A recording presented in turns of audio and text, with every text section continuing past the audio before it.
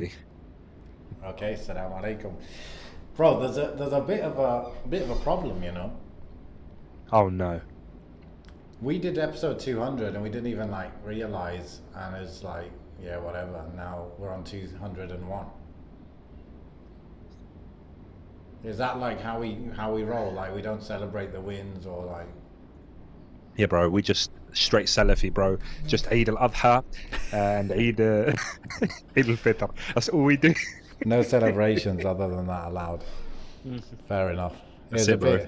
bit of a shame. Now we have to wait till episode 300. Bro, if it's not legislated, we're not celebrating. That's it. Fair enough. Fair enough. I actually I'm gonna ask Sheikh about it, bro. I We'll had a see. half idea that maybe by episode 200 we could fly you out and do it over here or something face to face, you know. Crowdfunded, yeah. Let's But crowdfund for some tickets. Thing is, you've come to England way more times than I've gone to Turkey, that is but true. it just goes so far away. Never been to your neck of the England. woods though. You never been to anyone's neck of the woods. Where you go, nobody lives there. Pretty much. You know, it's like you come, you land on the field, you have a walk around, go to a corner shop, get a plane, go back to Turkey. I went to Cornwall last time, didn't I? That's kind of close to Yeah. you. But yeah, it's a family one. You know, you reminded me, Sharif literally came like right to my neighborhood. And I just completely, I think I was moving house or something. And I just completely forgot that day. When was that? I need to message you. It was a couple months ago. Oh, that I recent. completely forgot. Yeah, he didn't text me on the day that we sort of said maybe, because I said maybe on this particular day because I was moving house. And it wasn't until like a few days later that I realised, oh wow, Sharif said he's coming on this Sunday. It just did not cross my mind whatsoever. If he texted me, I might have remembered. But yeah, he was literally right next door. You know, not even in London, right next That door. would have been cool. That would have been That cool. would have been cool. Yeah, you know, so this topic that I have, I actually prepared for it because I dropped it at the end of 199 and then we never covered it in 200. And then someone Okay. even asked about it, which Yeah. was that, you know, remember that comment I made that I think I'm autistic or something? Yeah, let's go for it. Let's deep dive into the psyche of Ameen. Yeah, so where this came from is, I mean, I'm kind of interested in psychology anyway.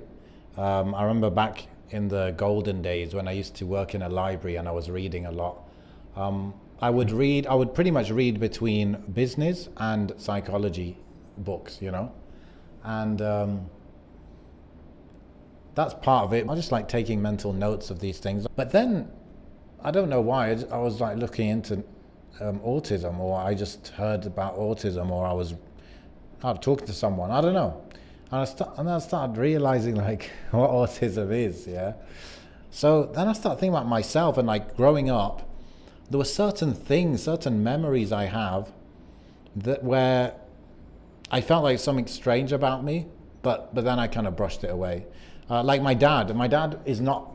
Yani he obviously he's Arab. He's emotional, yeah, but he's quite logical. Like he's a man, in that way, like a typical man, quite logical. And he used to tell me like, you're not logical. You have no logic. And I used to think I'm logical. Like he used to tell me that. Also, I wasn't very good at maths, but if you're logical, you should be good at maths because maths is logic. Anyway, these things just make me wonder and think. And then there's the whole social element. I'm not very good with social cues, indirect language, not the most emotional, intelligent person, right? So, and one day I went and looked up like what is autism, like what even is that? Because also I know about autism that it's a spectrum, right? Yep. So like I don't know, OCD, like what else? Maybe ADHD as well. I'm not sure about ADHD. There's levels to it, and you could have traits or tendencies towards OCD, for example, being compulsive. But if you went to the psychologist, they might not give you a diagnosis. It's just you have those tendencies, hasn't like manifested fully. And I think also a lot of these disorders, if you don't get to the right circumstances in your life, those tendencies in your brain won't trigger. Like, you won't become that way. You won't get this disorder. So anyway, I got this here for us to go through. Like, what is autism? Here's a good thing. Yeah, here's a good kind of summary. So, what are the traits of people with autism? So, social communication and interaction skills. People with ASD is autism spectrum disorder. Yeah. They often have difficulty with social communication and interaction. They may avoid or not keep eye contact, not respond to their name, not show facial expressions like happy, sad, angry, and surprised, and not play simple interactive games. They may also find it hard to understand what others are thinking or feeling, get very anxious about social situations, find it hard to make friends, or prefer to be on their own. They might seem blunt, rude, or not interested in others without meaning to, and find it hard to say how they feel. So some of these are like way off, like eye contact. Like, I'm pretty good at communication, alhamdulillah, so people wouldn't think that about me. But then there are some things that I would say, yeah, that's kind of on point. Like, which one? They prefer to be on their own. Okay, I would say that's me. They might seem blunt, rude, or not interested in others. I would say I show that sometimes. They might find it hard to understand what others are thinking or feeling. Definitely. So, these, I would tick these off. The second main trait is restricted or repetitive behaviors or interests. So people with ASD may have restricted or repetitive behaviors or interests. They may have the same routine every day and get very anxious if it changes. I do like a good routine, okay? Right. They might not understand social rules, right? Again, I relate to that fully, I don't know if I said this on the podcast before, but once I was doing a workshop for a client, and yes, and so there were about, I don't know, might be 8 of us in the room, 3 of us from my company and the rest are from the other.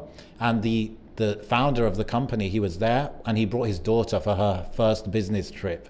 His daughter's like 18 or something, and we started off by introducing ourselves. And so, it's like you just sat down with these people for the first time. This girl, it's her first, business trip. It's a new environment for her. Everyone's much older than her, this and that. So she started off introducing herself, and she was like long. She was like 10, 12 minutes. And we said keep it to like 3 minutes or something. So she's just talking passionately about herself and what she's into and this and that. And then she finishes. And then it was my job to keep the time. So when she finished, I was like, most people don't know what 5 minutes is, like what it actually is. And to me, like, that's very, like, I was just saying what it is, right? But yeah, that's just an example. That's just an example. You're a villain. But this is the thing. It's like, I'm not even aware that was like an off thing to say. If someone explains it to me later, I can get it, But yeah, so that's an example of not understanding social rules. Another one is such as not talking over people, getting too close to other people, getting very upset if someone touches or gets too close to them. That's not me. Noticing small details, patterns, smells or sounds that others do not. Definitely, I would say that's me. And having a very keen interest in certain subjects or activities. I don't know about that one. I mean, a very keen interest, like, how do you measure that? I'm not sure. But right. Yeah. Delayed skills. So I don't think I have that. Then fixations. Autistic fixations can manifest themselves in discussing the same topics over and over, playing the same song on loop, and reading obsessively about a specific topic. Not sure about these last two, but yeah, there's definitely something there. And so because like some of the boxes I tick and some don't, but some of them I very much do tick. That's why I feel like I have, I'm on that spectrum somewhere, and towards the very mild side, It also comes out where sometimes I have conversations with people, like a discussion, like about an important topic. So there's like a lot on the line, people get emotional, this and that. And we go in circles, and they just get so frustrated, like, why don't you get it, kind of thing. And then ultimately another person might jump in and just tell me what that other person is saying in an extremely direct way, and then it just clicks. So it seems like sometimes I only understand a very specific language, like direct language or something. I used to think that's just a personality trait, but it could be part of, you know, being on the spectrum, you know. I also asked this thing, like, is there a link between autism and emotional intelligence? And they said research has shown that many autistic individuals exhibit lower levels of emotional intelligence.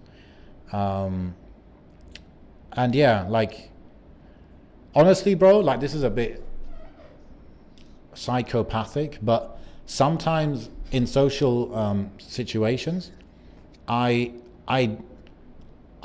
know that there's a way, like, I need to react a certain way. Like, there's a certain way that people should react here, but I don't know what it is. Mm-hmm. Whereas I believe other people, they just react naturally without thinking. But me, I have to think, like, what would a normal person do in this situation? So I find myself, like, being aware that I'm not having that direct impulse to react. I'm aware of that, but I don't get the direct impulse. So I have to kind of make up, what would a normal human do here, you know? So that's a big thing that came up for me many times, and it made me think about this. So yeah, what do you think? Am I just trying to find connections where there is no connection? I think yeah. I don't think you're autistic, bro. We'll start there with that. I don't think you are. I think you've got a unique personality, not a unique personality, because there are people that I know that remind me of you. That's not a negative way. That's just a positive, you know, like your personality trait, for Standard, example. yeah. I think you may have a somewhat unique upbringing. You haven't gone through the sort of standard set of like a Western upbringing. You've kind of got this thing which I've seen with a lot of people that are so they grew up in the Arab world, but they're English speaking. You assume that they're going to behave or have the same perspective as someone who's grown up in the UK. Even your accent, for example, your British accent isn't one that's like heavily London or anything like that, right? So maybe your accent is a bit more familiar to my accent, maybe the southern accent. Or I don't know where you kind of picked your accent up. But what I'm saying is it's outside of London. So it's assumed that you would have like these kind of norms or these perspectives that maybe someone growing up in the UK would, but you didn't really grow up in the UK. I think most of your upbringing was in the UAE, right? Yeah. So it's like you will have, you'll have like these Arab or even Khaliji kind of norms, but through the vocabulary of a what's the word, of an English person, so to speak. Yeah, So like the that joke, for communication example, and the thing doesn't match. Yeah. doesn't match up. And I remember like before my sister got married, there was an individual that I was talking to, as a potential for her, and he had a normal English accent. He didn't grow up in the UK, and immediately I was struck by like these abnormalities in expectations and culture and stuff. But they struck me as a surprise because they speak so English, if you know what I mean, Yeah. right? But and then likewise, I mentioned this on the podcast before. Like 99% of my friends are from London. The clashes that I have with them just on certain expectations, norms, the way we say things, the way we do things, are completely different. Only because I've grown up down south whilst they've grown up in London. So I think the fact I've engaged with autistic people before, autistic children, when I was a police officer and stuff, and lots of different mental health kind of issues as well. Not saying that, well, autism is a condition, but there's been a wide range of things that I've dealt with. Yeah. And yeah, maybe there's a touch here or there, I can't say. But when you're That's dealing what I'm with someone, saying. I'm saying on the yeah, edge of the spectrum. but who knows? Because that could just be a personality trait. Like, at what point do you cross over a line and become something Yeah. else? Because when I've engaged with autistic people, Yeah. it's hit me like a train. Like, it's immediately But clear. how autistic were they? Well, you could have someone who's like non-verbal, for Yeah. example, Yeah. completely non-verbal. Like, that's pretty You could, strong autism. Yeah. you could have someone who's just, when you talk about fixation, like absolutely fixated on a particular thing. And even fixations can be a bit difficult to nail down, because at what point is it just a very, very passionate hobby, Yeah, or yeah, this is a it's real hard, yeah. fixation? You know, there's I don't know if you've ever seen that viral videos maybe of that guy that just loves recording trains. He's like, No. he's about 20 years old, or maybe a bit older, I don't know. And his just whole thing is about recording trains, and he just gets super, super excited when a train goes past. And he puts like a GoPro on his head. It's like facing it's a weird camera angle. It's like the camera is like this. Oh, really? Yeah, I know. If you see it. But like immediately that struck me as, oh, maybe he's on the spectrum a little bit. But then at the same time, maybe he's just a super, super like passionate guy about, passionate about this stuff. Allah knows best. I don't know. I'm not a medical expert, but like we Yeah. also fall into like the hypochondriac kind of thing. We Google something and say, oh, I've got that. Oh, I've got this. Or even like, it's kind of like horoscopes as well, like the self-fulfilling prophecy. You read a few things and you're like, you make it happen. Like you said just now, oh, sometimes I need to think how a normal person would act. I think we all do that though. We all do that when it comes to certain things. Like, how would a normal person act in this situation? Not to burst your bubble or anything, bro. If you want to have something If about I you, want to then identify as autistic, I can. we'll get Dr. Hamza back on. We slip him a £50 note under the table. We say, listen, put a stamp of approval. I mean, I'm very wary of this. Like, okay, you spoke about your son. I'll give you an example from my son. My son, well, I don't say we suspect, but my wife considers that my son might have like really, really like an anger issue. And it is something a bit abnormal, because I don't have this and my wife doesn't have it, and we don't know where it comes from. And he will have absolute meltdowns. And there's been times where there's been other parents around, like my wife's friends, and they'll be like, you need to speak to a doctor because that wasn't normal. The way he just, acted out there wasn't normal or whatever. And like, this is a bit Tell them personal it's discussion. normal for North Africans. Well, it's a bit of a personal topic, but what I want to say is like, I'm really like, what's the word? Apprehensive about, I don't want to admit, it's not about admitting, but agreeing that there is something there. I think, yeah, he might struggle to, like, for example, it happened recently. They were playing in the park, and he was building, like, those soft kind of foam puzzle pieces, like square ones. You could build things with them. He built like a fort, and some kids came and knocked it down, and he just had an absolute meltdown at these kids, like random kids in the park, and like screaming at the top of his lungs, etc. And I don't see that as abnormal. I just see that as something that some kids have. They can't deal with The emotion. their anger, or the emotion or whatever. Wait, Especially considering which one is this? Ilyas, this is second one. Suleiman, the oldest. Ah, okay. So he's not a toddler anymore.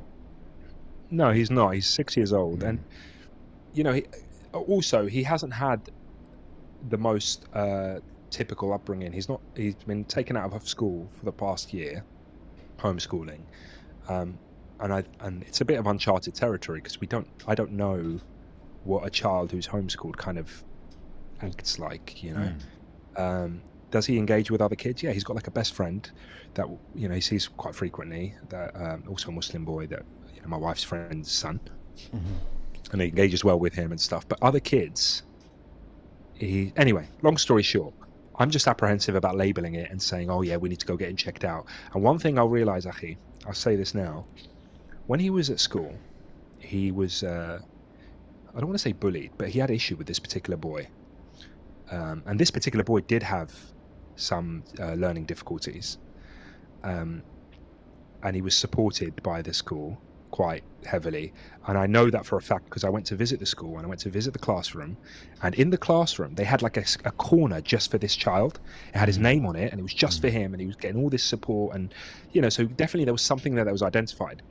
And what we quickly realized is that Suleiman would, if this kid ever engaged with him or shouted at him or had any issues with Suleiman would react quite a lot.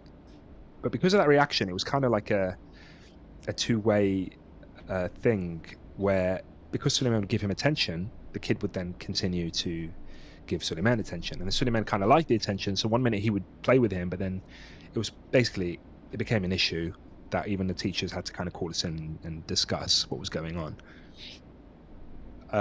Long story short, now that we've left school, and it's been like it's going to be a year soon.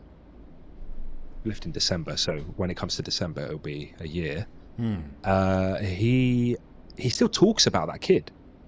You know, he's left school in December. He still talks about him literally daily. Like, oh, I wonder what he's doing these days. Or I wonder this or I wonder that. And then sometimes when we sit him down and ask him about his behavior, he will say, oh, it's because I was bullied at school. But he doesn't know about the concept of bullying. The only reason he knows about the concept is because we mentioned it in front of him. So we mentioned it in front of him as a possible reason for his outbursts. He's then latched onto that and he'll use it. He runs with it. And I did mention to my wife the other day, I said, I think he says these things because he thinks that it's because we've given him an excuse for his behavior, right, in front of him. Yeah. When actually, I don't think there's any of those things. I think it's just an easy excuse. Once you tell somebody they've got this one thing, then they use that as their go-to when there's ever an issue. And likewise for yourself, you could imagine you'd say that social interaction that went a bit south. You could chalk that up to, well, I've got this thing. You know, I've got this thing about me. Can't help it. It's who I am. Yes. As opposed to, no, I made a mistake there. That was bad. I shouldn't have said that. You know, or whatever. So yeah, I know that was a bit of a tangent, but it's important, I think, to really just keep your options open, unless there's something that's really hitting you in the face. You know, as something really kind of unique, or and I don't know. I'm not an expert. I'm not a medical expert. I'm not a psychologist or whatever. But I think we all fall into it sometimes. It kind of reminds me of like the depression thing. Like there is people that get sad and there is people that are depressed, and I wonder how many people who are sad that think they're depressed. You know? I know, and how many people are depressed and don't know, and they think they're just sad. You know, that's true. And it's comforting to be able to label something, isn't it? That's now that I'm kind of self-analyzing. I would prefer that, like, I could say, okay, I'm very mildly autistic, rather than just having to accept I'm just like weird or something. I don't know. Well, it takes away your agency, doesn't it? Well, also like what you just said. You just said, like, am I autistic or was I just wrong in that situation? You know. I think, but I mean, I've been alive long enough, and I've never gone in this direction with this. It's just now I'm putting some of these pieces together. If I agree with you 100%. You know, if you're like younger, like for your kids or whatever, you don't want that. You don't want to have that thing in your head. Oh, he's that. He's got that. I think most of the time you make it's not excuses. useful. Yeah. You make excuses, and then they make excuses. I was thinking about this, Yanni, for my son, because people with autism, they might struggle with certain subjects. I don't know, language subjects. I don't know.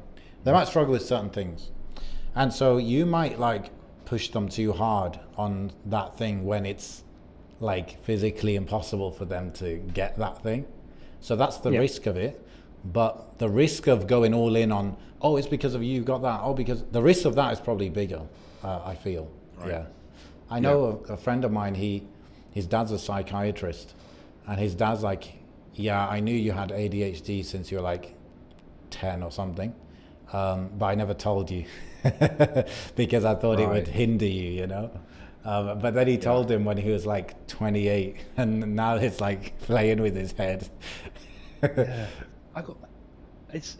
a lot, you know, ever since the social epidemic of gender dysphoria, you know, in recent years, that's when I've really kind of started getting suspicious about a lot of diagnoses and a lot of, you know, like how can we suddenly have up to like 10% of youths in America now identifying as non-heterosexual, so everything else basically.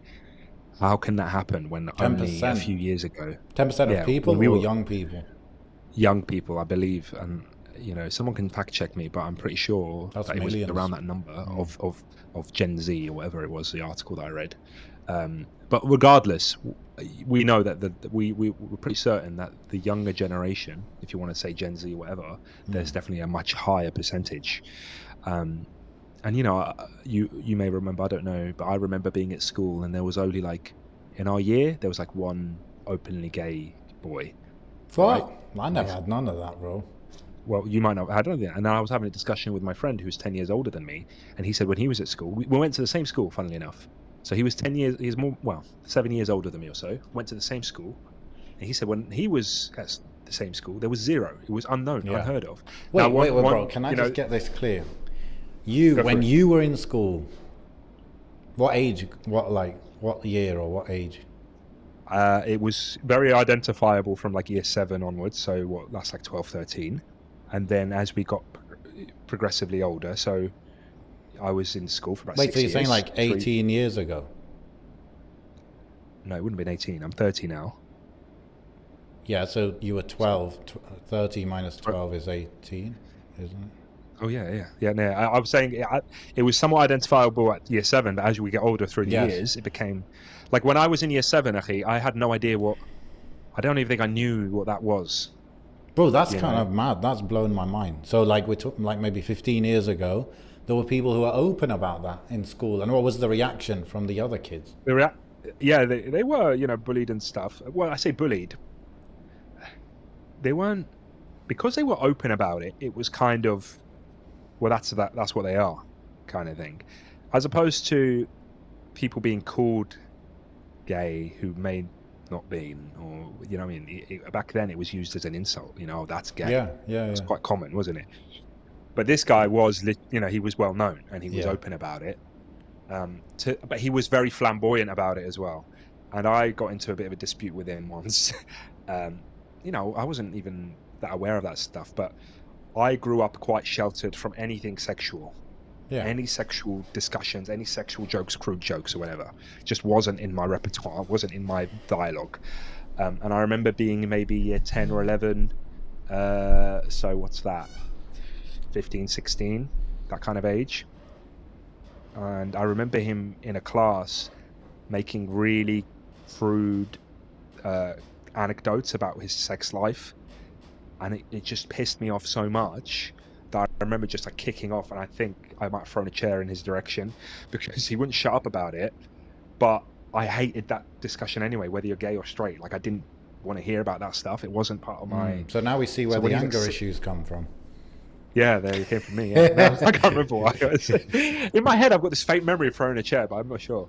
Anyway, but what I'm saying is, I basically what I'm saying is, it was so low back then, and then after that, let me think. The next person that I recall having this conversation with was my younger sister, who's 10 years younger than me. When she was at school, she said it was a lot more, and now it's way more prevalent than it's ever been. But what I'm saying is, what is this? Is this actual legitimate diagnoses?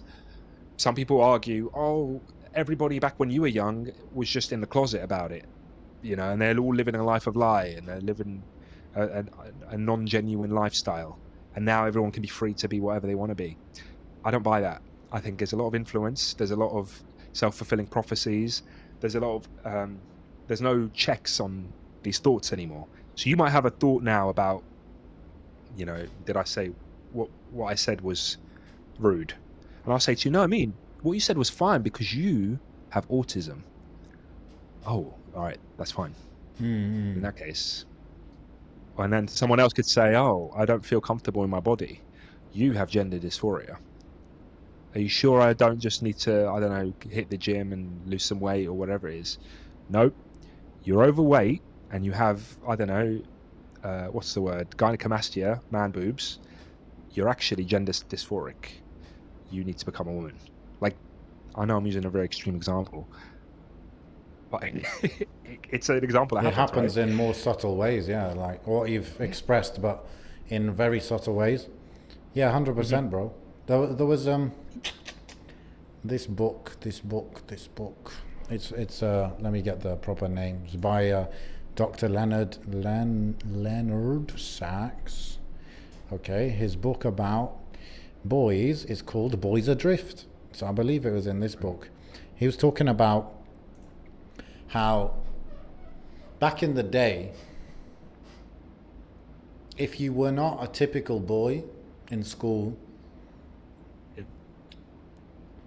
there was like a very strict criteria to be a normal boy. There was only one way to express your, boyness, your masculinity or whatever, right? Yeah. And if you don't fall within that, then a lot of the boys that didn't fall in that strict criteria, they later went on to feel like, oh, I must be gay then. Yeah. Yeah.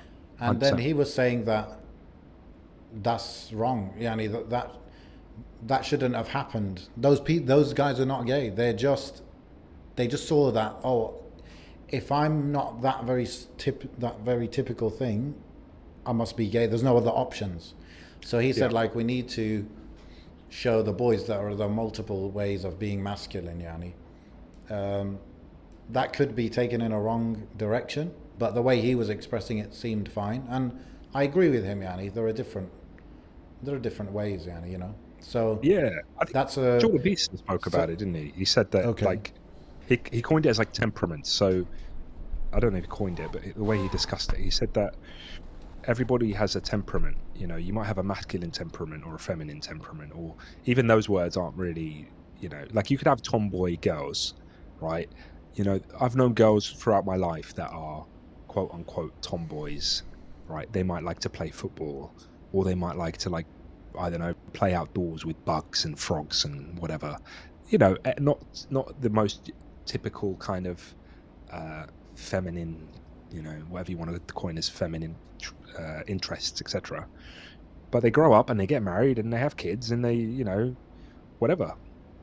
And likewise, there's boys. For example, I grew up no interest in like football whatsoever. Like I didn't mind playing it. I enjoyed playing it, but not like following the clubs and the teams and whatever, unless it's like the World Cup here and there. And still to this day, I don't really have any interest in it or whatever. And I accept that. But I remember growing up feeling like less of a man or less of a boy because I didn't have that interest.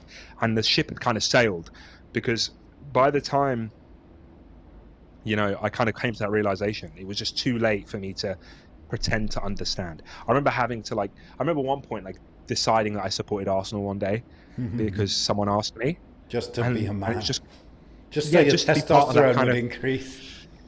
just to be part of that conversation. And then I quickly thought, I don't really care, and I don't think I'm going to know. And if anyone asks me who's your favorite, whatever, I'm not going to have an answer, And I remember even my father putting me into a football team when I was super, super young, really young. I must have been 6 or so. And I remember doing roly-polies on the pitch, not paying attention and not actually doing anything.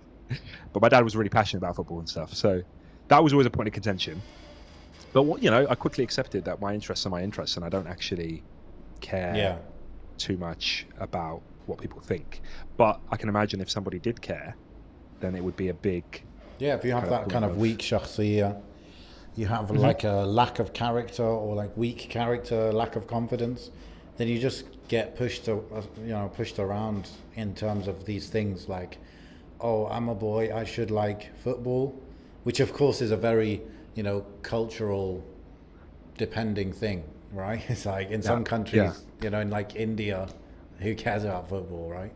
But I remember the same a little bit about cars. I was never into cars. Right. That was typical thing that boys are into cars. I was not into cars, So there's a seed that gets planted, and I think every child goes through life, or every human being goes through life, and there's always questions that get put in their head. And depending on the societal kind of checks and balances around them, decide whether that question flourishes into something or not, And I think if you're at school and you have those questions, or somebody says to you, haha, that's gay, or you're gay, right? Honestly, for a split second, that gets processed in your mind. Now, we grew up in an era where we were like, no, I'm not. What are you talking about? I like girls. Yeah, that's not Stop. End of conversation. Bro, not even I like Today, girls. It's just I mean, maybe it depends what age you grew up in, but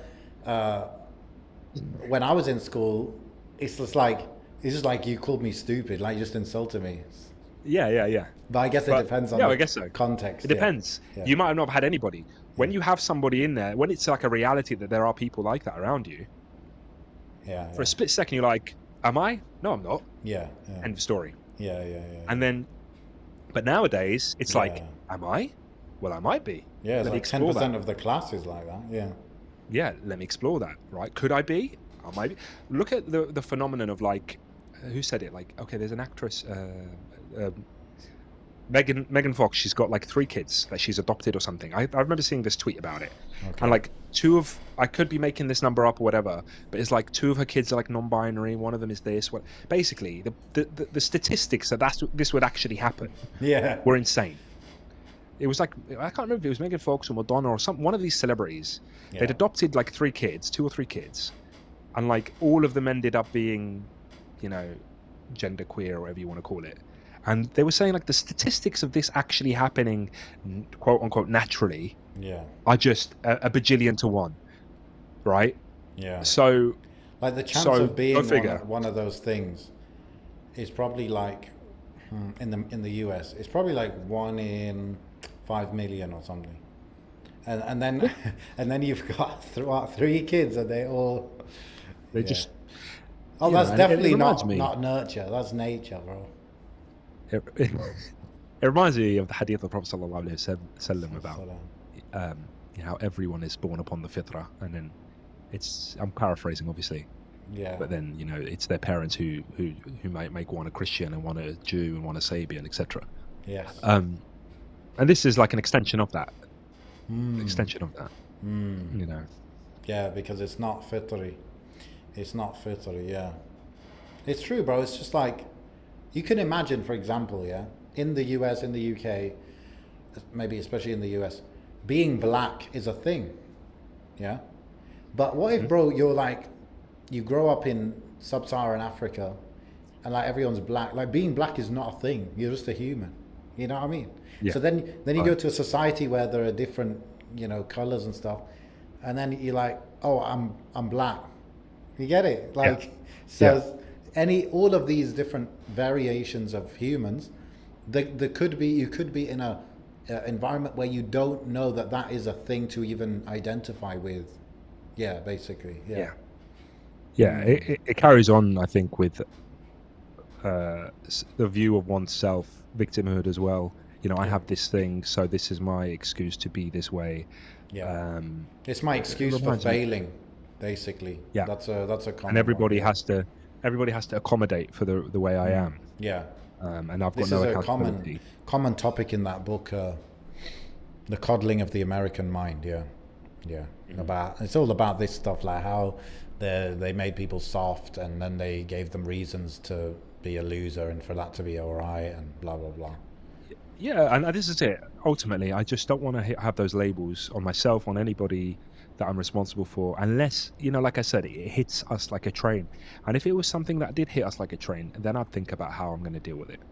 You know, and alhamdulillah, I haven't got any of that. But I'm trying to think of an example in my family or something where someone had or has something, something that is unique mentally about them, and we've had to accommodate. And I can't think, but I know that for example, trauma. Everybody has some level of trauma.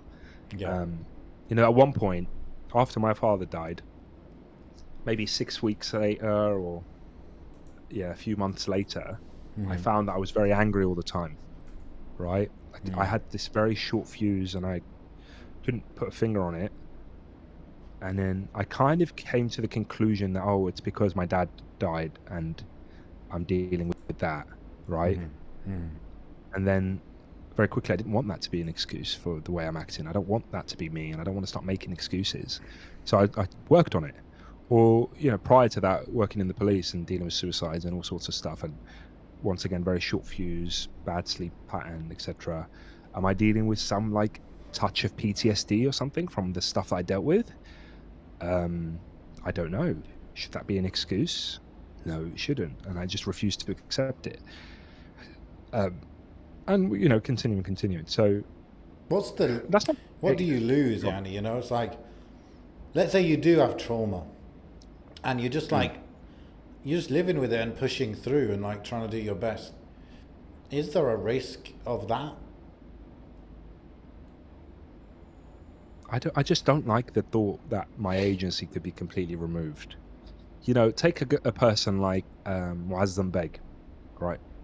And I use that as an example. I use him as an example because of his time spent in Guantanamo as an example, right? Now, in my head, if I'd been through what he'd been through,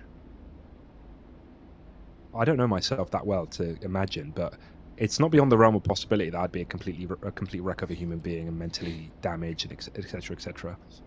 But I see him going around engaged in, philanthropic work and doing talks and doing speeches and active. I don't know too much about him, I must admit, but just from what I see online every now and again, he's a functioning, active member of society, despite being through that, right?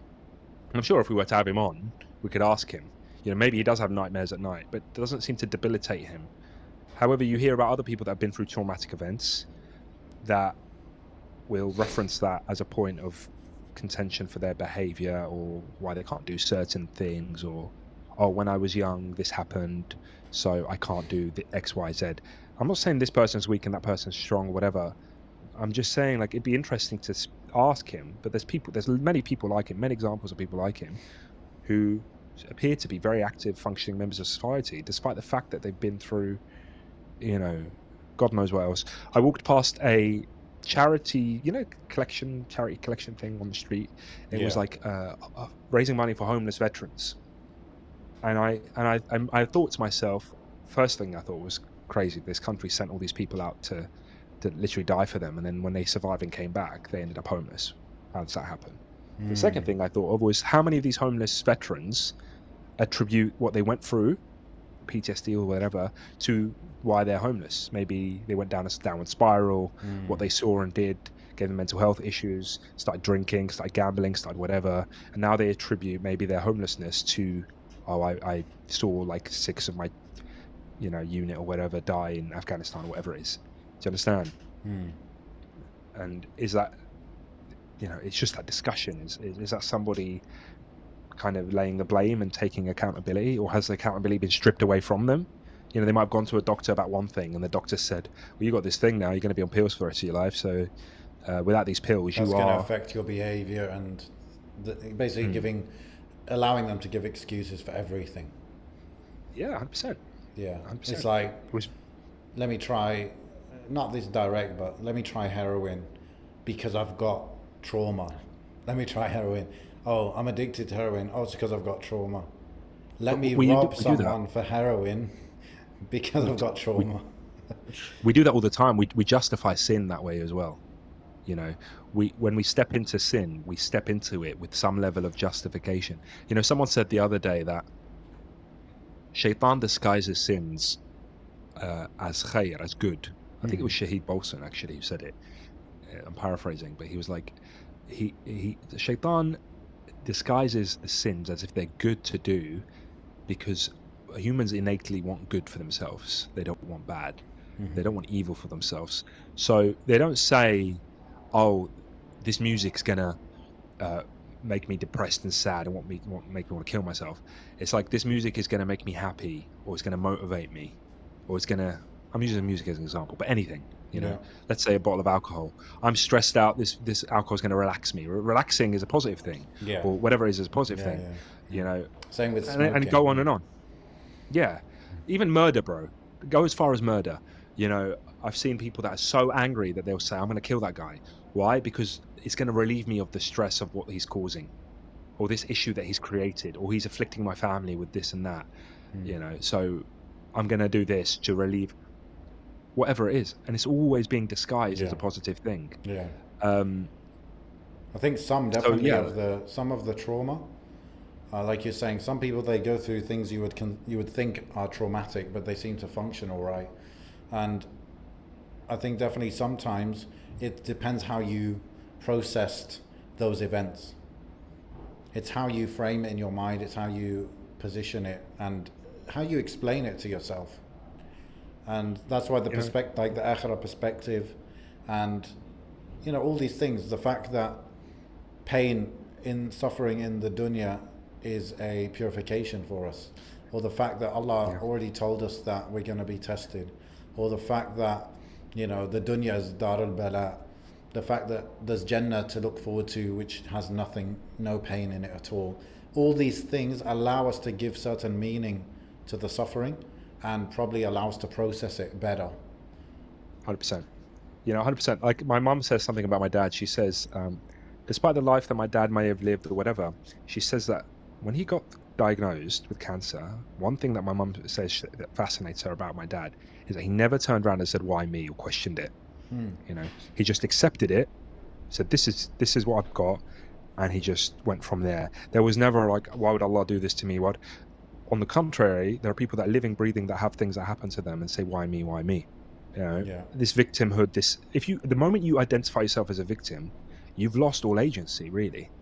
I'll give you an example, right? This is something I read literally an hour ago. Okay, so this was posted, and I replied to this post, making dua for the individual, but also saying that what they've said is very weak, and they need to kind of move on from this. I'll give you the context. I won't say who it is. There's a nasheed artist. He's a well-known nasheed artist. He put a post up earlier about his kind of condition, right? What he's going through. And I'll read it out word for word. So he says, "Pray for me, people. I'm literally on the verge of leaving nasheeds and going back to my life of music and keeping my Islam private. Wallahi, I'm tired of the hypocrisy and ungrateful nature of people. I give all of myself to halal vocal only nasheeds, but then guys do music nasheeds and so-called practicing Muslims are falling over themselves for it.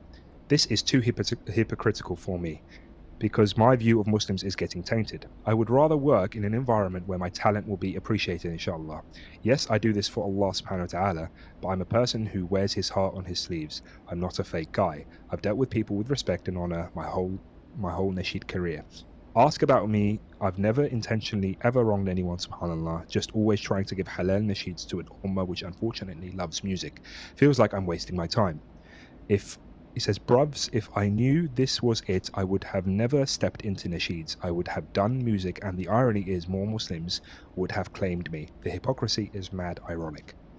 Whoa. Uh, Um, yeah, Well, what are your thoughts on everything, that everything, initially? everything you said, everything you were saying, like before that, leading up to that, is like 100% there. Like if you read that to me without even the context of this conversation, I probably would have thought the same thing, because it's so obvious. It's like, yes, the victimhood is there. Also, there is the whole thing of it's all your fault. Like, it's all the other people's fault. It's like, I'm gonna go and do haram, and it's all your fault. It's like removing the agency completely from himself, and it's like it's like, "Oh, I'm a puppet for you guys to pull me the way you wish." The entitlement is crazy as well. It's like, I did this. It's a shame, bro, because I'm glad you didn't say who it is. It's a shame because when this guy quit, he said he quit music to do nasheed. Yeah, I think so, yeah. for the sake of I don't know Allah. his history Yeah, before yeah, nasheed. I don't yeah. know if he was involved in it before, but I Okay, assume so, that's personally. what the gist I got from it. So, you know, when you do something for Allah, and you have to have ikhlas, you have to have sincerity, meaning you're only seeking reward from Allah.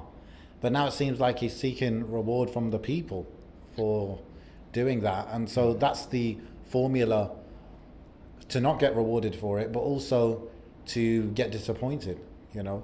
And that's why I'll like, you Yeah. do stuff for Allah, and if it's, you know, good intention, you tried your best, Allah's going to reward you for that. You're going to see that in the akhirah. You know, like the Sahaba, they were praying the other direction, then the Qibla changed, and then Allah revealed, and He said that Allah would never waste your iman, your prayers. Yeah. Allah would never wait, because they were doing what they had, the intention, the ikhlas, and they did the action the best they could. So, yeah, bro, you're right, bro. I don't know if you know this guy personally or anything, but it's like, that is very weak. Of course, yeah, you know, maybe it takes certain level of development or education to recognize these things, but it's definitely not good for him to think that way.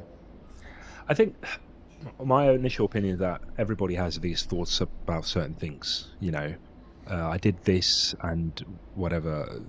intentions are difficult to establish all the time, and you always end up questioning yourself.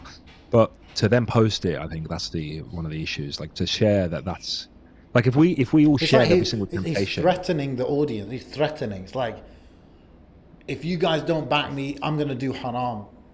Yeah, I mean, As someone said if, that it's like blackmail, but I think because he said he'd pray for me, then I made dua for him.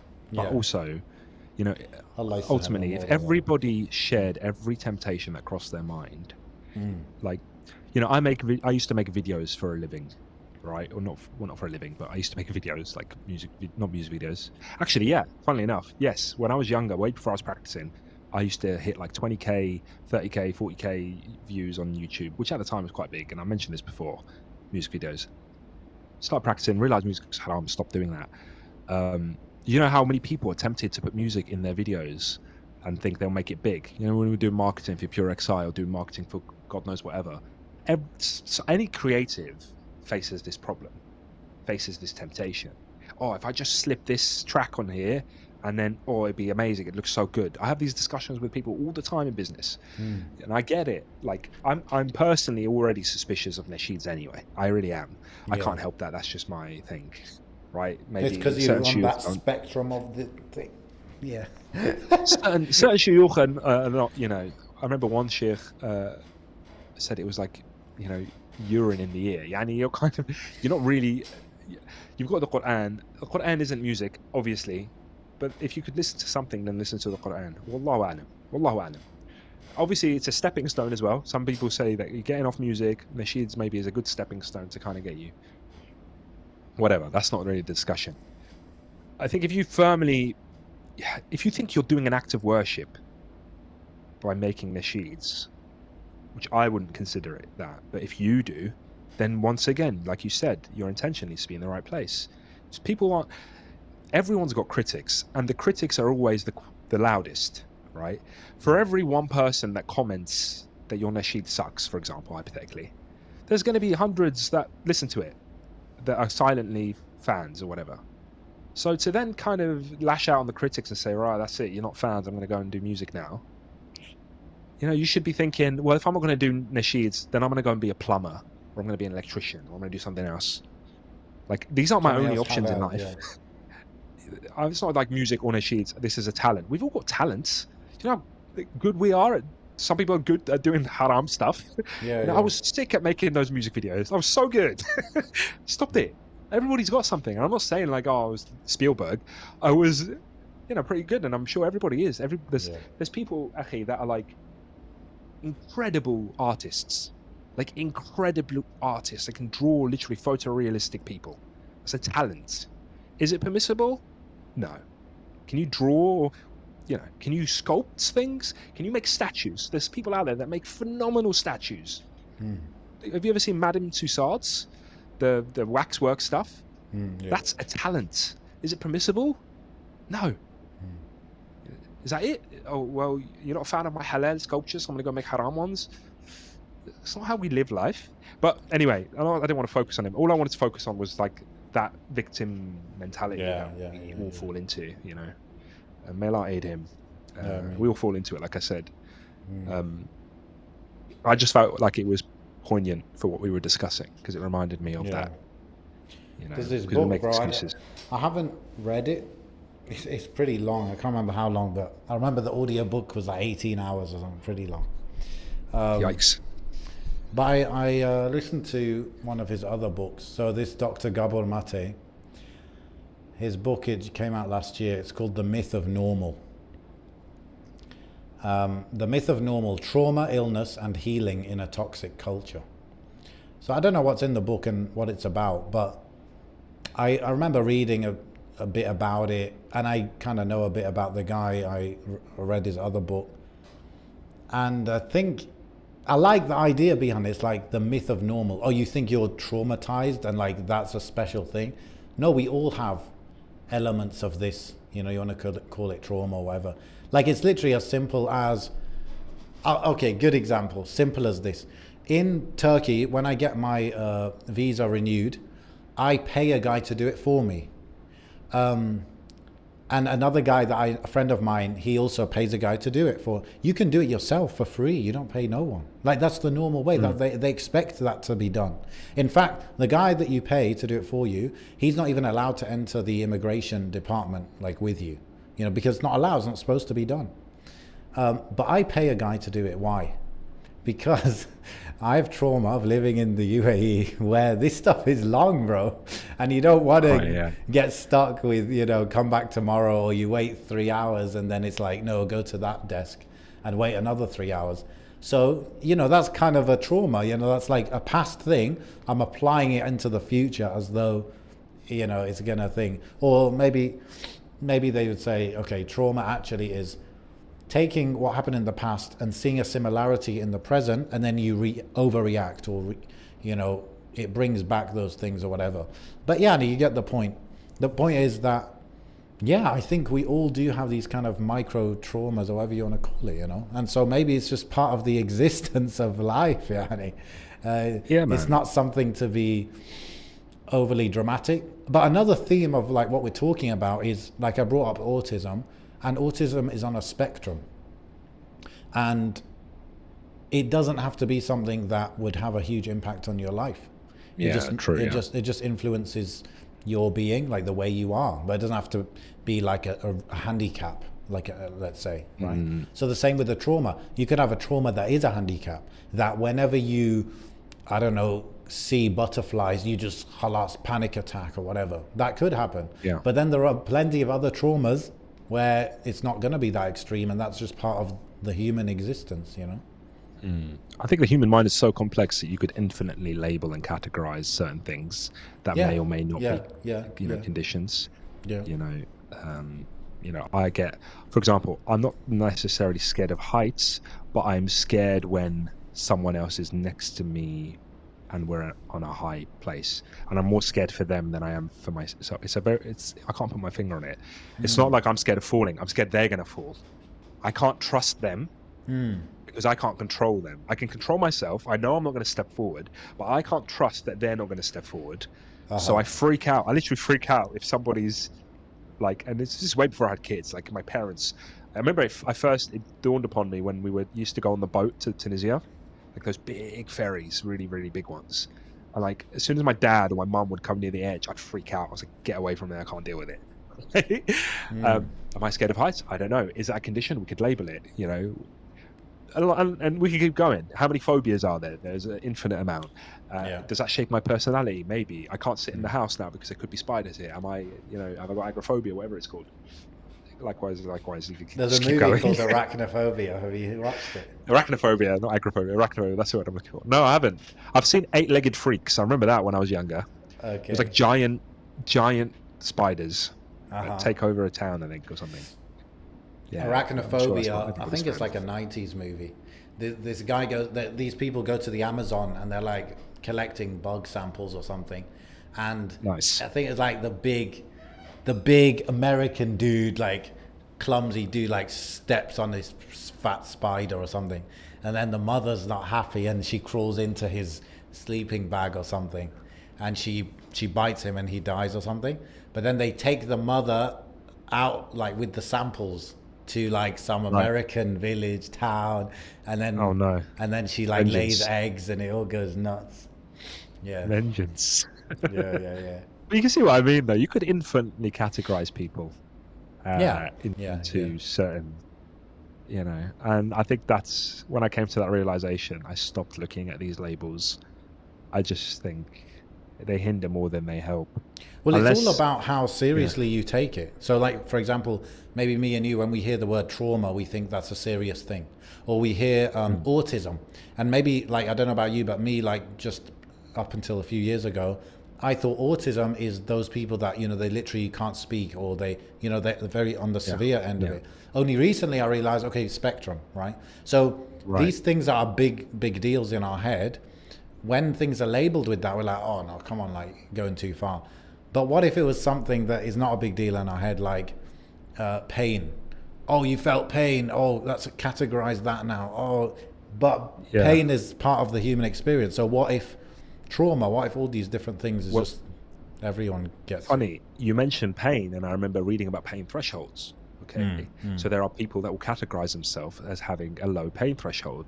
So like a pinch to you is different to, say, Yeah, amount of pressure to okay, me. yes, I might yes, freak yeah. out more. Oh, I've Yes. got a high pain threshold. I've got a low pain threshold. Well, Yeah, yeah, that's a yeah. condition, or that's how I am. Yeah. And you just go on forever. You see what I mean? Like, But the but opposite what I of will that, say is, what's oh, the go on, go opposite on. of that? What's the opposite of this whole categorize everything and, oh yeah, I've got this condition? The opposite of that might be like, if you're ever so different to average people, it's like you're a witch and we're going to drown you, you know?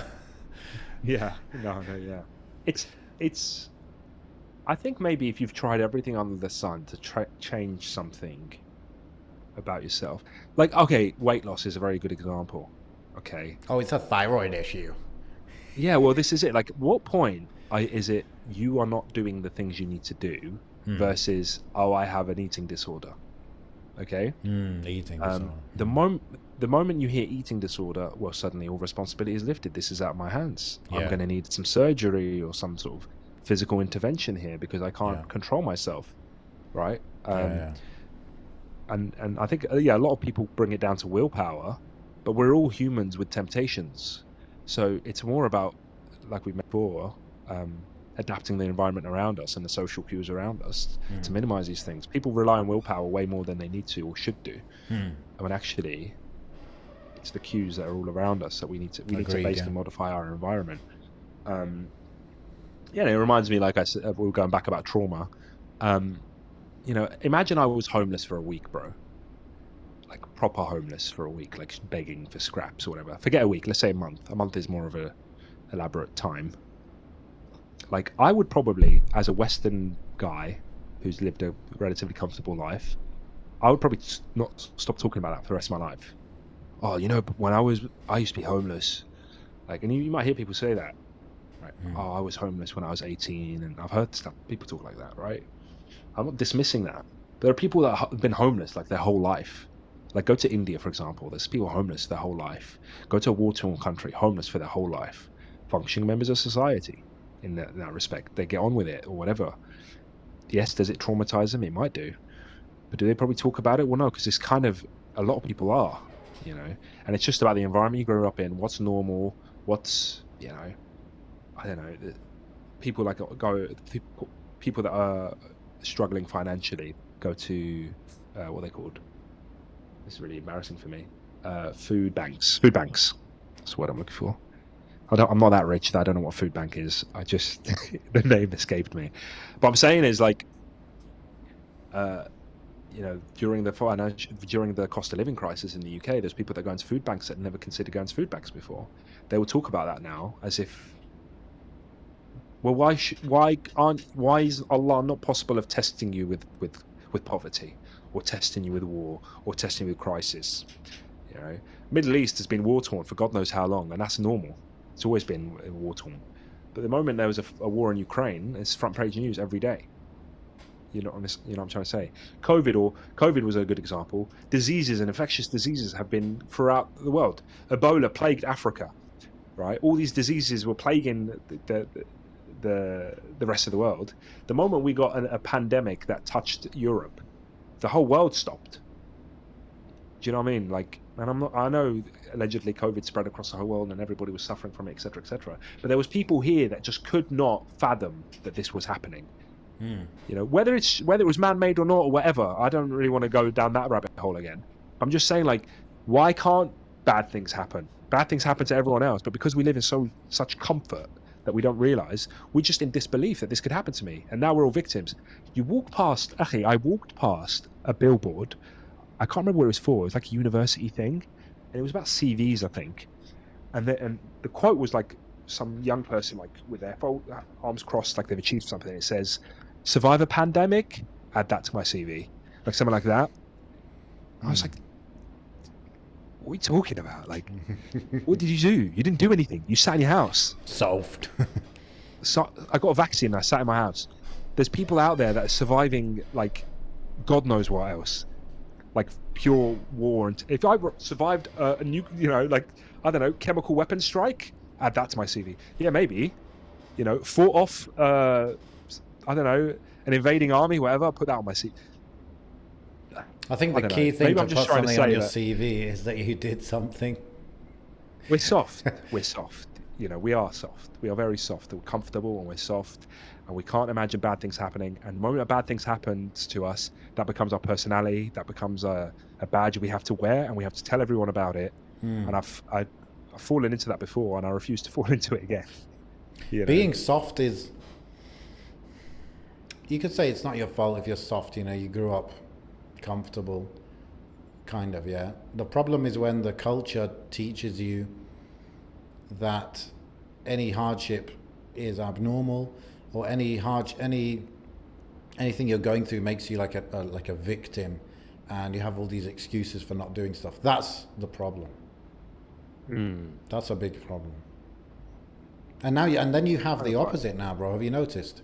So the kind of people like, you know, like Andrew Tate, like a few others, yani, similar kind of people. That's why their message maybe is resonating. Even Jordan Peterson, it's like, it is your responsibility. It's the opposite message, right? So when they zig, you zag, right? And that's what attracts, attention of certain people. Andrew Tate calling you, like, instead of like you just comfortable living on benefits and be like a victim, he calls you a brokey and says you're an idiot loser. It's like, for some people, it's like, yeah, I needed that. we do. Right? Or like, there's this guy, Luke Belmar or something, okay? I don't really know who this guy is, but he's one of these like young, wealthy people, Gurus. business kind of people, okay? So in a podcast, he's like, something like, yeah, I made $5 million in a day, light work. He's like, the only reason you think that's a big deal is because you're a loser, or something like that. And like, yeah, this kind of messaging is, it strikes a chord with certain type of people, Yanni, you know? It's the very opposite. It's a complete other extreme of what this is, what we're talking about. The peak of my behavior like that, of this victimhood, was probably when I was a teenager, because teenagehood itself was a social construct that allowed for these things to happen. Teenagehood was like a massive, like, this is when young people explore their life and figure themselves out, and you know, they're going through God knows what, and blah blah blah blah blah blah. And when I started practicing and found out there were like 14-year-olds leading armies, like, what? Yeah. You know what I mean? I was like, the whole image of teenager just completely shattered. It's like, this is a complete construct. If I was given responsibility at a young age, and I wasn't exposed to what I thought a teenager was or did, yes, there's going to be gaps of knowledge and, you know, irrational things I might do because of lack of knowledge and lack of experience. But to then arbitrarily label this whole period as a teenage experience, and this is when teens are free of free of these kind of responsibilities, free of this and free of that. And I think it's the one thing, that the strength that the Muslims have is that they're teenagers, generally speaking, the practicing sort of communities. Teenagers are strong, they're responsible. You see them, like, I went to Kilburn Masjid. I don't know if I mentioned, I went to Kilburn Masjid in London a few weeks ago, and I don't know if it was like a big talk or something going on. I kind of just happened to be there on a whim, and the whole masjid, I think, was just packed with young boys, young men, young teenagers, etc. Maybe from 15, 16 to early 20s. And I was just looking at that crowd of people, and the people, the walkie-talkies and the organizers and the buckets, and this were all the same age. The whole room was just packed. The whole masjid, was packed. I was looking at that. I was like, this is absolutely phenomenal. What other community has this? I don't see this at churches, online at least. I don't see this at synagogues. I don't see this. I don't know where I see this. Where does this exist? And I really wanted to give, like, the Ummah a pat on the back for what they've achieved here, at least in West, in London or whatever. And I know we're always beefing each other, and there's critiques and all sorts of stuff and back and forths. But I found this was phenomenal. You know, young men, highly religious, seeking knowledge, hacking out a masjid in the middle of London. I just thought that was incredible. That's a glimpse of what's possible. Yeah, it was incredible. There was no like, oh, I'm a teenager and I'll deal with this when I'm older, when I'm an old man. And it didn't look like it was like a motive, like, oh, there's a famous speaker here. This looked like a regular lesson.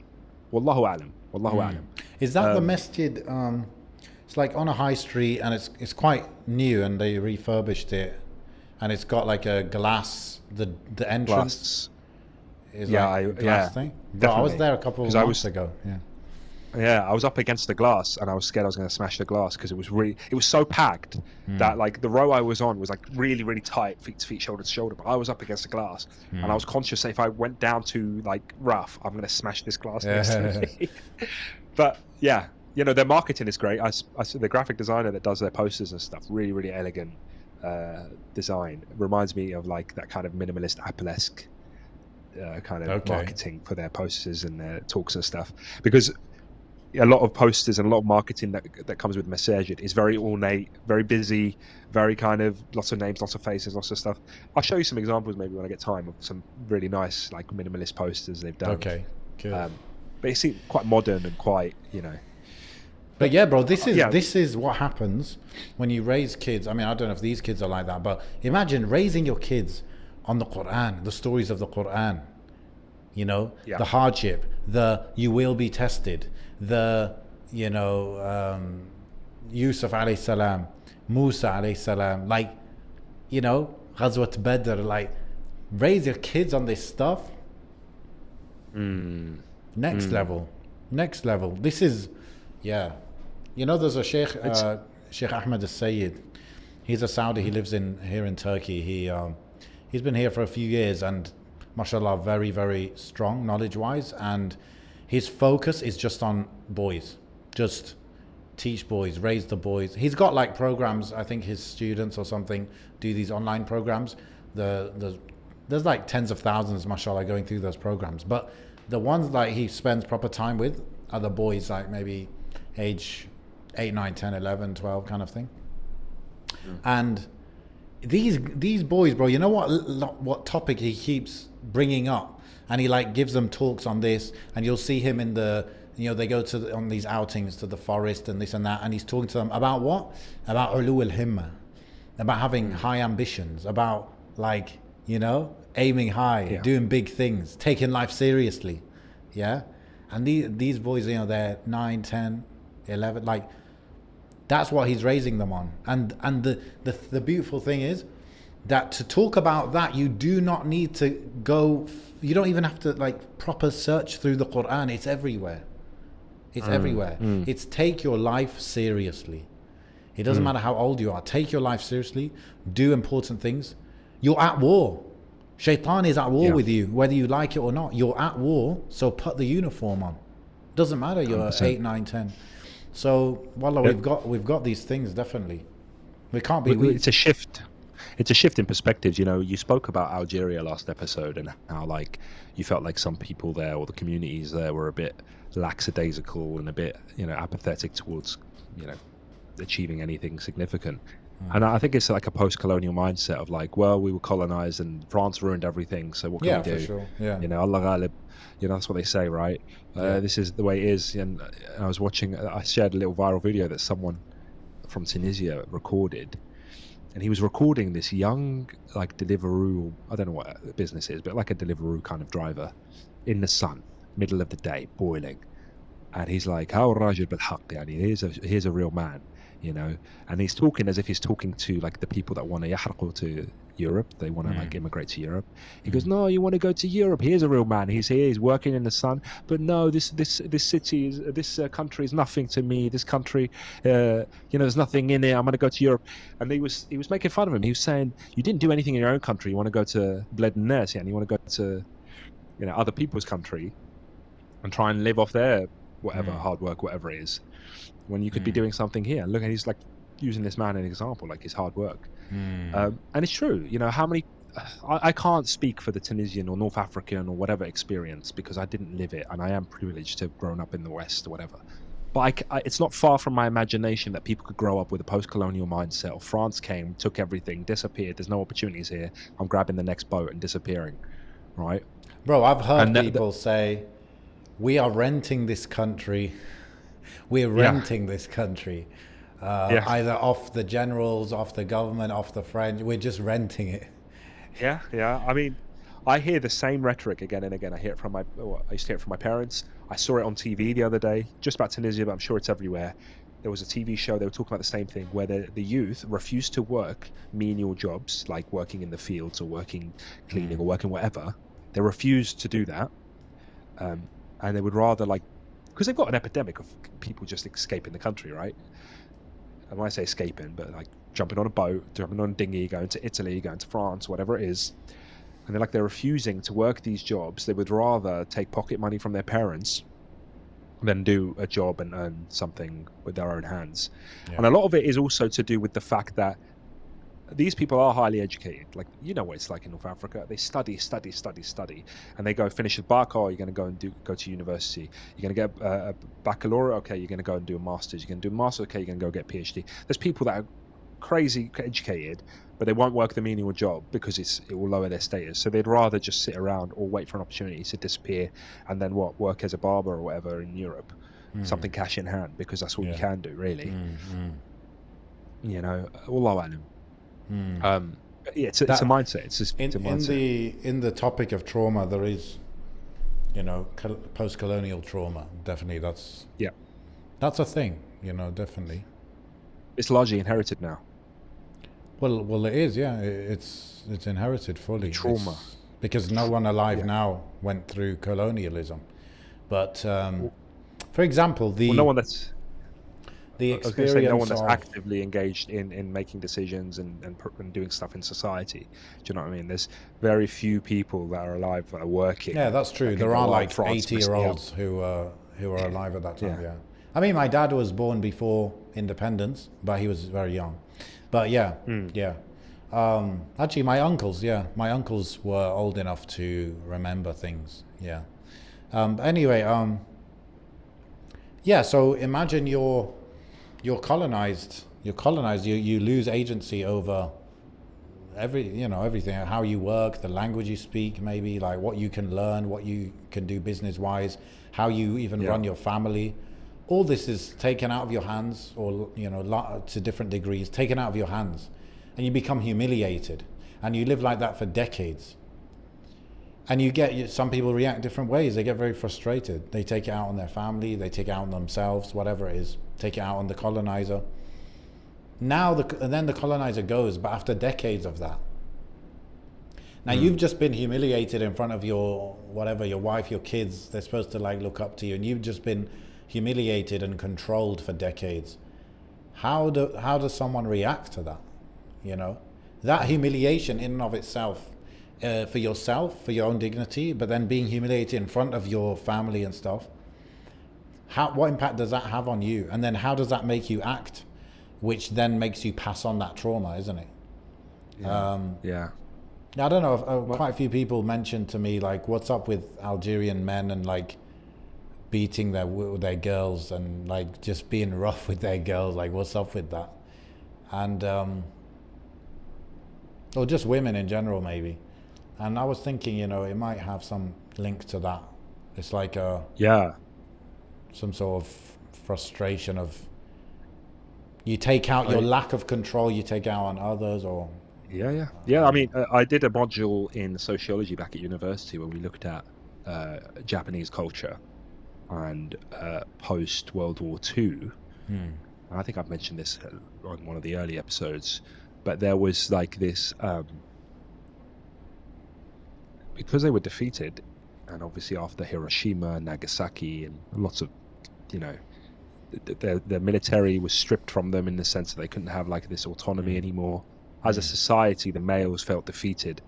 And if you look at Japanese culture, there, not all of it obviously, but some of it, there is this element of like sexual perversion, this element of like I don't know, there's like this widespread kind of deviance where it comes to like women and this like rape culture. And this, I was watching a video the other day of someone, they were interviewing Japanese people on the street in Japan, and they were like, oh, if your husband went and slept with a prostitute, would you consider that cheating? And a lot of the women, funnily enough, were saying no, because he's probably had a hard day at work and it's not actually cheating because he probably doesn't care about her, or stuff, whatever. I don't know. Okay. But then even culturally, there's like this lot of hypersexualization, like the anime stuff and whatever it is.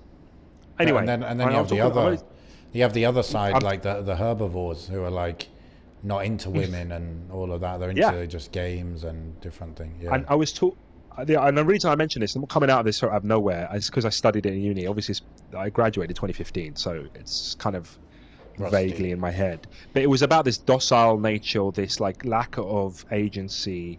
The manhood was stripped away, and what made certain men feel like men was their ability to completely dominate women, especially in like a sexual nature, right? So it gave birth to like this kind of underbelly culture, you know, um, and that was what it was attributed to. Obviously, you can look it up more than I recollecting it, but you can imagine then what you kind of said. It's the nature of a defeated society, you know, men en masse that have been defeated that then engage in this kind of outlet, right? And there's elements of that everywhere, even society here. You know, feminism has defeated men in many aspects, and that the consequence of that can be seen in many different avenues. It might not be all one avenue. It might be like suicide rates of men, or lack of responsibility of men, or whatever, like lack of Yeah. purpose, etc., etc. These all have Yeah. consequences. But the reason why I mentioned the Japan one is that it was such a big event, a big physical, violent event. You know, losing the war, so to speak, being Yeah. absolutely nuked. You know, people probably watched Oppenheimer recently. I ain't watched it, but obviously it was part of the zeitgeist recently, wasn't it? It came up in conversation. So yeah, colonialism, I'm sure, same thing. You know, a somewhat defeated population is going to have some elements of feeling like a victim, justifying behavior through that victimhood lens, It's also how and you we all do it at process different the levels. experience. You know, my this is a bit, I don't know, controversial, but it is what it is. I wish I could bring him on to talk about it, but a friend of mine, he's like very into history, so I trust him with this stuff. And I was kind of talking to him about, because I lived in UAE, right? So, you know, he mixed with a lot of South Asians. And I was talking to him about like why a lot of South Asians, there's a trend I've seen where they're very, kind of like that, what you describe, like passive, or like, they just accept stuff. They just kind of sit down and take it. And I was like, where's that come from? Like, is that like a cultural thing? Like, what is that? And straight away, he's like, bro, colonialism. I'm like, okay, but like everyone was colonized. He's like, no. He's like, the Indians were colonized and they kind of accepted it. Like there wasn't the level of resistance as there was in other places in the world. And and also it went on for a very long time. And so he was like going fully into it and explaining like how it works. And it's like they only got their independence, was it in the 40s? So it would take a long time because they were colonized for longer than they've been independent now, I think. He was saying like, you know, like at least in Algerian culture, we can say we resisted, we fought back, we beat them, we kicked them out. But he's like, the Indian one was not quite like that. And so the way you see yourself, you know, would change depending on those kind of things, like how you resisted, the story even you tell yourself about how, you know, we won this war and we fought this war. And like, bro, the whole Algerian culture is about, you know, bled million shuhada, all of that stuff. A country 100%. Of a million martyrs. So I thought that was interesting. That, again, that's part of the trauma that's now passed on, like, oh, we were colonized, but like, were you colonized and you resisted, or were you colonized and you kind of took it and then you tried to negotiate your way out of it or whatever? So, yeah, it's like that obedient mindset. Yeah, and I know we've gone far from the initial kind of autism diagnosis, right? But it is kind of all linked, isn't it? In a way, you know, it's how you view yourself, and accept that label of whatever it is then going to shape your behavior and your understanding of the world around you. Will you then allow that label to be something you use to make excuses for whatever behavior it is, whatever negative trait? And it's not all negative, it could be positive. You could be really good at something because of, you know, whether you have autism or not, or on the spectrum. It could be and maybe in the future we'll see this as more of like a positive thing. Like, you know how like a lot of the superheroes, they have powers, but then they also have a weakness because of they have the power, right? It's like a Yeah, balancing out. yeah, So a lot of these things, bro, like maybe especially before. Now I feel like it's changed a little bit, but before, ADHD or autism, whatever, it means like a certain very negative thing. But it's known like I believe, if I'm not mistaken, Asperger's and autism, they have some sort of link or crossover, and there are a lot of like people considered geniuses that have Asperger's. For example, Elon Musk, he's got yeah. Asperger's, etc. Oh yeah, So that's how I actually see it. It's like a strength, but then it also has weaknesses. So it's just like any other kind of personality trait or slightly extreme personality trait. Like, yeah. So even if I am autistic, I'm not very autistic, and it's got strengths and weaknesses. I need to, regardless, Yanni, I need to. Back when I was younger, I used to be like being emotional is just bad. Just objectively is bad. yeah, That's how I yeah. used to think. Yeah, obviously it suits my story, doesn't it? Because I'm not emotional, whatever. Um, but then later, when I learned more about the Prophet ﷺ, I realized, oh, the Prophet ﷺ is very sensitive, very emotional.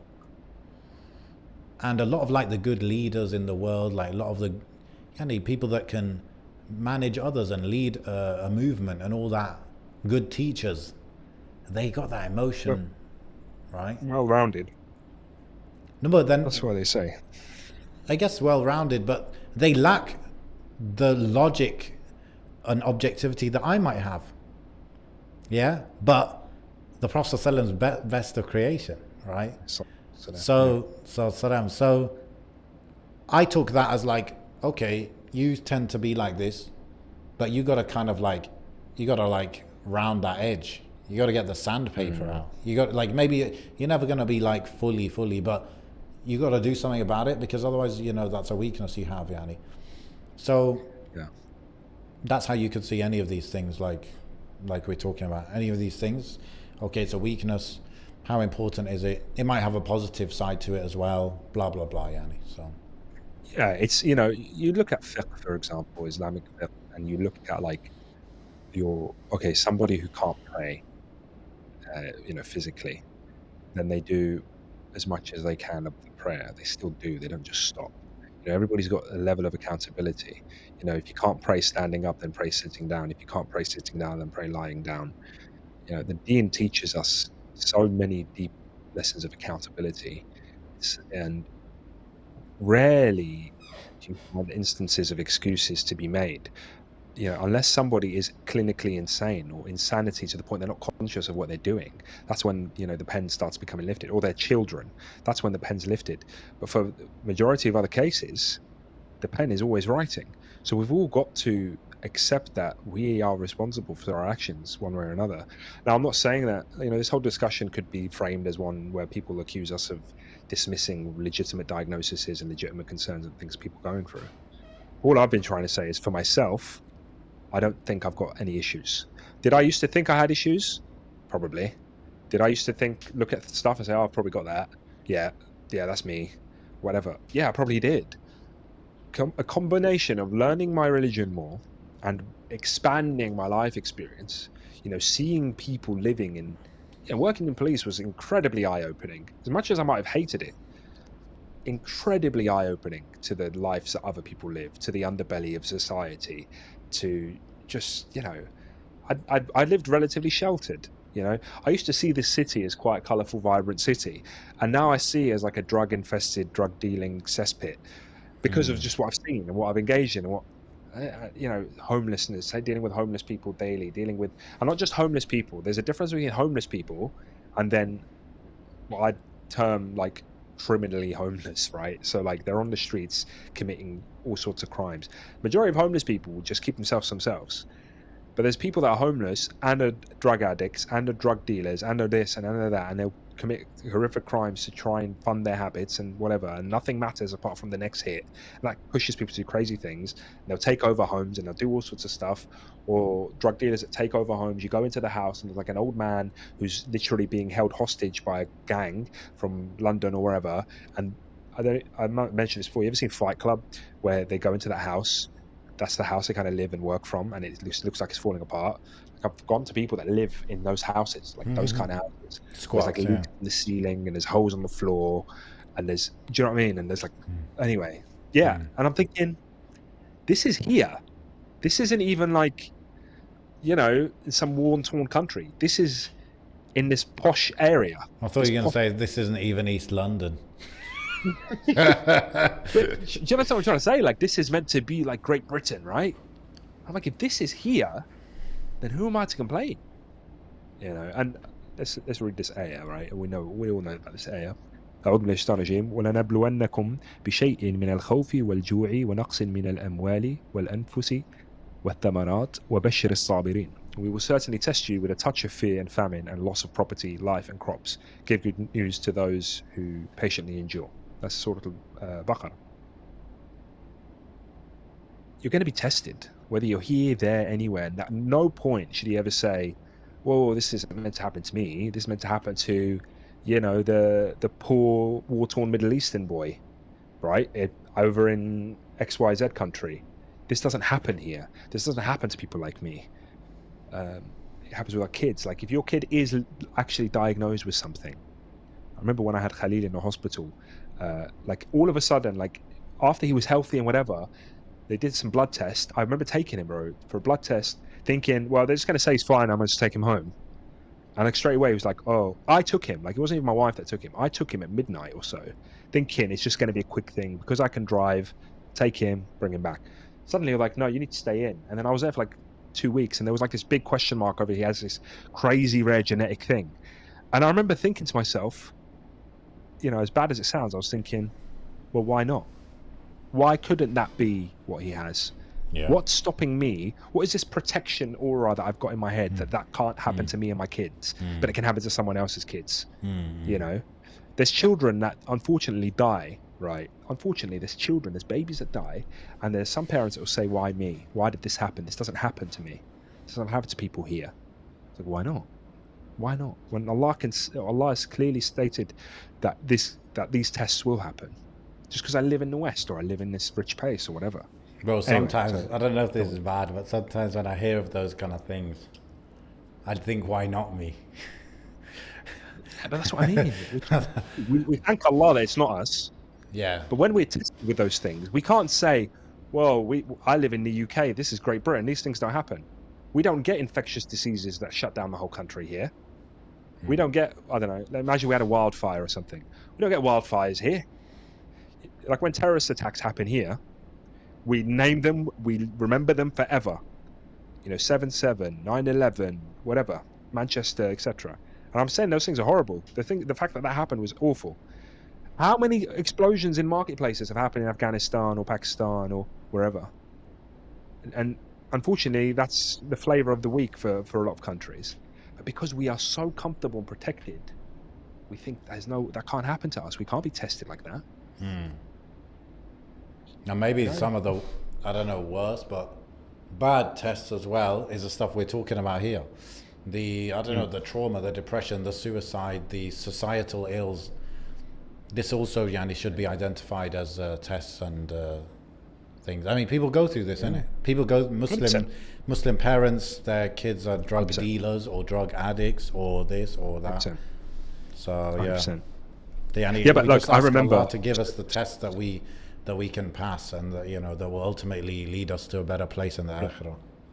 Okay, I remember growing up. I remember there were some guys I knew that were drug dealing, and I remember saying, "Why are you doing this? Your parents, like, you live with your parents, and they work and whatever." It's like, no, because we're poor, so this is why I have to do this. I was like, why don't you get a job like I got a job? Like, just go and work, And it was like this victimhood justification of whatever I'm going through. Like, drug dealers in general, the kids that start engaging in drug dealing, they do it the first reason they will do it is because they have to victimize their situation and themselves or whatever. To I have help to do them this. I've got no feel. choice because. And one of the people that ended up doing this went to jail, came out of jail, got a job, got 2 jobs actually, like that. Like never went back to it as far as I know. And I remember him saying to me, obviously years later, he was like, all these kids that are saying they can't do any, like they can't get a job because they've been to prison, I'll get them a job right now. I'll get them a job right now. It's like that famous Imran meme. I'll get them a job. Come to me now, I'll get you a job. But it's true, like there's a lot of people that go back into drug dealing because they're like, oh, I can't find a job. I'm a victim, poor me. Oh, no one's going to hire me. People have done it, so get up and do it. Or even the thing that could get you started in the drug dealing is, oh, all those kids have those trainers and they have got this and this and I don't have. Yeah. So that could have. It's like you're a victim for not having whatever the trainers are that people want. It's just softness, actually. It's soft. I know, look, we're all guilty of it. We all learn. We're all growing up. Yeah. But I just don't want to instill that in my kids, and that's why I refuse to. Like when he said that, going back to the beginning, when Suleiman said, "Oh, it's because I was bullied," I just refused to accept it. I didn't say. I said to him, "No, I think what happened is you tried to make a joke." He said something that he shouldn't have said. Basically, you thought it was funny. It wasn't funny. Okay, you don't say those things, and wanted to put it back onto him, not like dismiss it. Oh, I say things because I was bullied. I want to go in there. Bro, this stuff is deep. This stuff is very deep. It goes very deep. I just, I bought, Tony Robbins. Yeah. So I bought his coaching training, bro. This stuff is deep. I don't know if you've ever seen one from his events where he's like breaking down someone's issue, where like live. Bro, that stuff is next level. And because he's been doing it for decades, it's just coming to him. Now he's like, okay, so they're saying they've got a metaphor in their head for that. So I need to destroy that metaphor.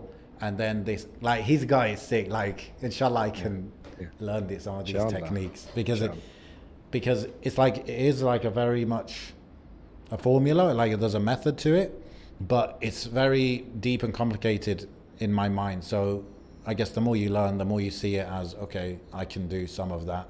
And then I can do more of that, and etc. But yeah, it's quite sick stuff. It's quite revolutionary.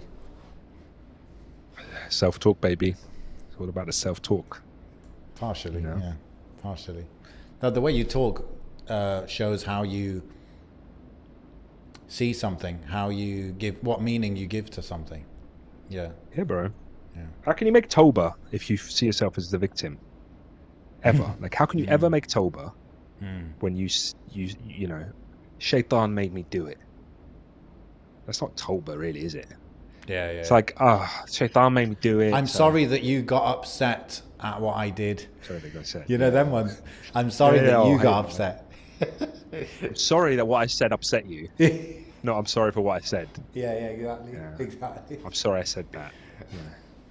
I'm sorry, Allah, that Shaitan made me do it.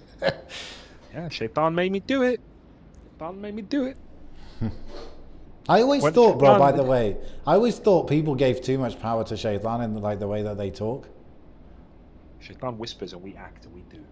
Yeah, I always thought that was a thing. But of course, yes, Shaitan is like, we need to be aware of Shaitan. The enemy is coming at us from bottom, right, left, blah, blah, blah. But at the same time, yes, the action is, Yeah. But right now we say, I got this and I got that and this is who I am. I identify as this. I'm a criminal and I identify as a criminal and it can't be, it is who I am. I am the guy. I'm the guy. I'm predisposed to criminality. I am predisposed to offending someone and making a bad joke and saying that not many people know 5 minutes, what 5 minutes means. Yeah. Anyway, I think that's it, no? Yeah. So I think this was better than last episode. So therefore, this is episode 200. How about that? All right. Subhanakallahumma bihamdik. Shadu an la ilaha illa anta astaghfiruka wa atubu ilayk. Assalamu alaikum wa rahmatullah. Let us know what you think.